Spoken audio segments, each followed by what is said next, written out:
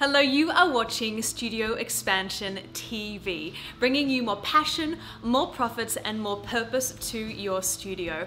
My name is Chantel, and in today's episode, we're going to be going over the 3 things you must do to not lose students this summer. May I speak freely for a second? You know, I think that there's a lot of reactive retention planning going on here. I think that there are a lot of studios who get so caught up in the end of the year chaoticness and the busyness that happens at the end of the year that planning for retention is almost an afterthought. It gets shuffled down the to-do list after, you know, getting certificates and planning for a recital and putting a performance on. However, for me, and I know for you as well, the most important thing, the biggest priority in our business is that we have as many students as possible return after the summer break. It is probably the most critical thing that we can concentrate on towards the end of the year. But I feel that many studio owners hope that their students are going to return. And, you know, I want to share with you today that hope is not a strategy. We can't rely on that. We want to be as productive and proactive as possible so we can get as many students over the line and re-enrolled before we even get to summer. My goal for you in your studio is that we have 80% of your students, your current students, re-enrolled before summer.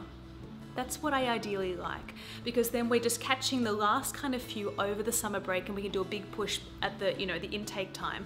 But really, how much more relaxed, how much more confident would you be over summer knowing you're coming back to capacity classes, knowing that you're going to have the cash flow, and even collecting some of that cash flow before summer?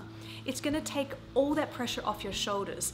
You know, nothing makes a mojito taste sweeter than 80% pre-summer re-enrollment. I tell you, it's the key. So let me share with you 3 strategies that are going to help you maximize your re-enrollment before summer. The first one is to get your timetable out before anyone else. I want you to have your timetable the first thing that families plan around. If you're getting your timetable out late, they're going to be kind of putting you into their schedule and fixing it in, instead of being the first thing that they lock in, and then everything, all the other activities they do fits around that. The earlier, the better. I'm literally talking 5 months before, 4 months before the term starts, the session starts, to have the timetable released. This can be challenging, I know, with kind of teacher availability and with, you're not going to know how many classes you're going to need, but if you can have the essential core of your timetable done, it's going to position you for the greatest re-enrollment chance by far. The second tip is to start seeding, start communicating about re-enrollment much earlier than you usually think. I'd like to encourage you to start planning 2, 3, 4 weeks earlier than you have in the past.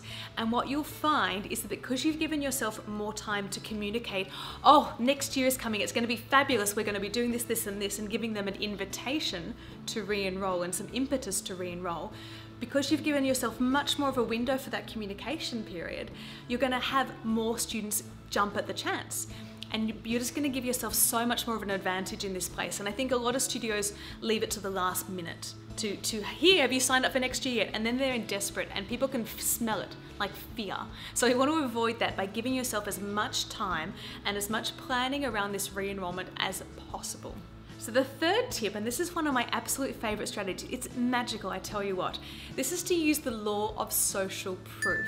And what you want to do is you want to grab all your parents together, all your students together, and give them the opportunity to make the decision together. And what you'll find is this, that Jenny's mum will go, ooh, I think we're going to do Tuesdays at 4 p.m.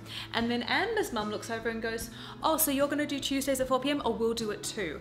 And what you'll find is that they start encouraging each other. They do all the work for you.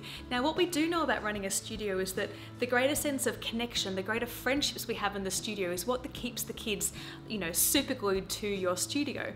And so helping them make that decision to stay together is going to be such a phenomenal asset to your re-enrollment statistics. I tell you what, and not only that, but It creates a lovely sense of community. So it's a great idea to use the law of social proof to help boost enrollments in your studio.